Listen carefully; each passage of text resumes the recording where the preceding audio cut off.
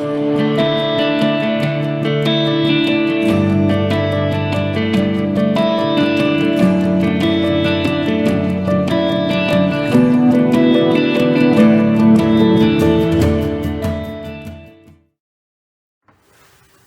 there, folks. This is Will, and today I was wanting to go over a deep subject or a deep question that I know some people may have, and some people may be wondering.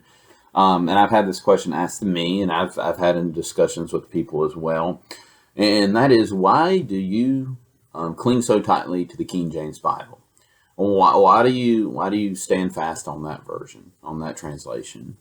I've done some studying on it, and I have a conviction about the King James Bible and the King James Version.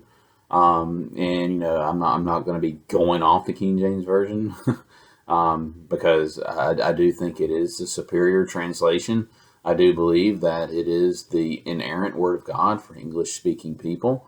I'm not going to go as far to say that nobody could be saved out of another translation. I'm not going to go as far as say that someone couldn't live a Christian life out of another translation. But I do believe that the King James Bible is the best and only true inerrant word that is for the English-speaking people. But just to give a couple quick things and quick reasons of why I support the King James Bible over different versions is because it has superior original language text. So the originals are actually no longer with us anymore. We have the manuscripts, which were handwritten copies of the originals. So for the King James Version, the traditional Masoretic Hebrew Old Testament was what was used as the base text for the Old Testament. Now this basis nobody really refutes because it is used in other versions as well. But where a lot of people refute the King James is in the New Testament base text, which is the Textus Receptus. Now, Textus Receptus was the received text, and it was the manuscripts that were used for thousands of years. So from the early church to until about the late 1800s. In the late 1800s, Westcott and Hort had their Greek text that came out, and the Greek text was found in this particular Greek text was found in Alexandria, which was the Codex Syntax, and then also the Codex Vaticanus. They were found in Alexandria in a little trash can. And whenever you look at how the early churches kept the manuscripts, what they did is they would handwrite each one of the manuscripts because they didn't have a copier back then, of course. And then if they would take the copies and then they would put it against the ones that they had that they knew that were right. And then if they were wrong in anything that was in there, they would throw them away. So what you see is that early on, when the early church, there were several that were miscopied, that were mishandled, and so all of those were thrown out. So when you see as they go through lineage of time, you'll see that in the early church, you'll see that the received text or the Textus Receptus was like 50% of the manuscripts or something.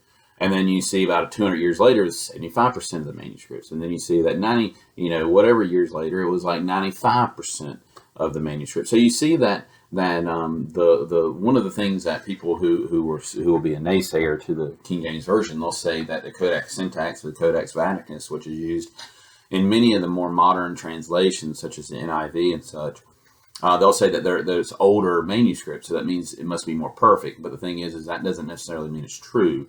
That does not mean it's more perfect or even better. That means that it was just thrown out earlier and that the Textus Receptus stuck around. So we've seen that's one of the main things in the New Testament. So there you also had superior translators. So you had 54 translators that were divided in 6 different teams, and they were translating in 3 different cities, which are Cambridge, Westminster, and Oxford.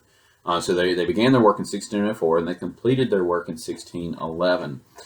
So whenever you look at it, and they have how their superior technique is that the translation technique that the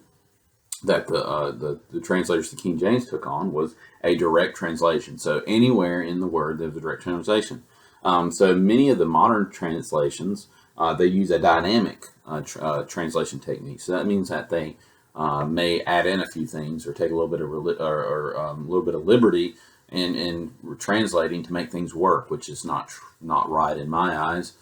So I prefer the direct translation technique of the of the King James. So that's just a few of the different things, and this is of course a deep subject, so I can't get in all of it.